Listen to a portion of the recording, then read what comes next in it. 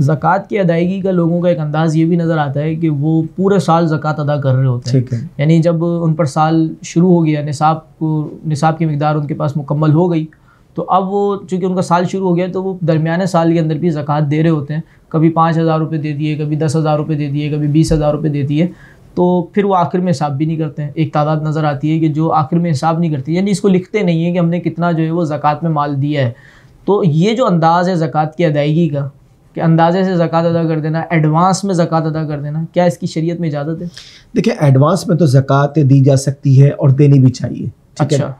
वजह यह है कि इंसान हस्ब तौफीक अदा करता रहे, तो जो ज़िम्मे पर एक चीज़ लाजिम होनी है ना, तो उसकी अदायगी पहले से हो जाए, बहुत अच्छी बात है। यानी आखिर में जब वो बड़ी रकम होगी तो माल की मोहब्बत उसको रोकेगी नहीं। और दूसरी बात है कि बाद वक़्त ऐसा होता है कि इंसान के पास वुसअत होती है, ठीक है ना, और अगर वो काम कर ले तो तंगी के हालात से ये वक्त बहुत बेहतर होता है। ठीक।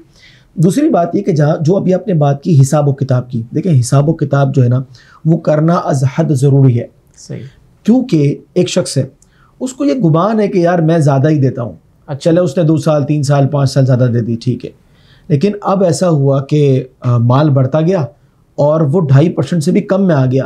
अब चूँकि रविश क्या है, अंदाजे से मैं ज़्यादा देता रहता हूँ, ठीक है ना, रविश गलती का इम्कान मौजूद जनाब। अब अगर बिलफर्ज अगर उसमें कमी वाक़ई होती है तो जिम्मेदार कौन? उलमा ये फरमाते हैं हिसाब व किताब असद ज़रूरी है।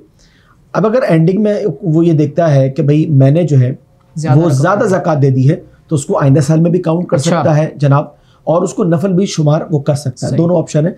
बहरहाल हिसाब व किताब जो है ना उसके बगैर ये अमल इंतहाई ख़तरनाक है, इस वजह से कि अच्छा देखिए एक सूरत गलती का इम्कान है। एक सूरत तो ये भी है कि अगर उसे इस हद तक यकीन है कि वो 2.5% के को छोड़कर वो 6 या 7 या 8% दे रहा है, उसको पता है कि मेरा हो चुका है मुकम्मल, वो तो एक अलग सूरत है।